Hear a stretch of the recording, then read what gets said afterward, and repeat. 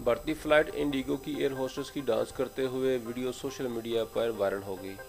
हवाबाजी के शोबे से आए दिन दिलचस्प खबरें आती रहती हैं, मगर इस बार एक भारतीय लोकल फ्लाइट इंडिगो की एक जिंदा दिल एयर होस्टेस की पीपीई लिबास में डांस करते हुए वीडियो सोशल मीडिया पर वायरल है।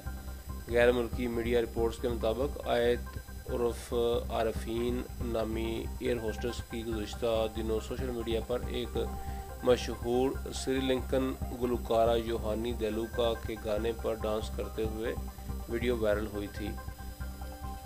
इस वीडियो को देखते ही देखते सोशल मीडिया ऐप इंस्टाग्राम पर 60 मिलियन लाइक्स आ गए थे। गैर मुल्की मीडिया रिपोर्ट्स के मुताबिक अब आयत नामी भारतीय एयर होस्टेस की जानब से इस कदर वीडियो पसंद करने पर इंटरनेट सार्फिन का शुक्रिया अदा किया गया है।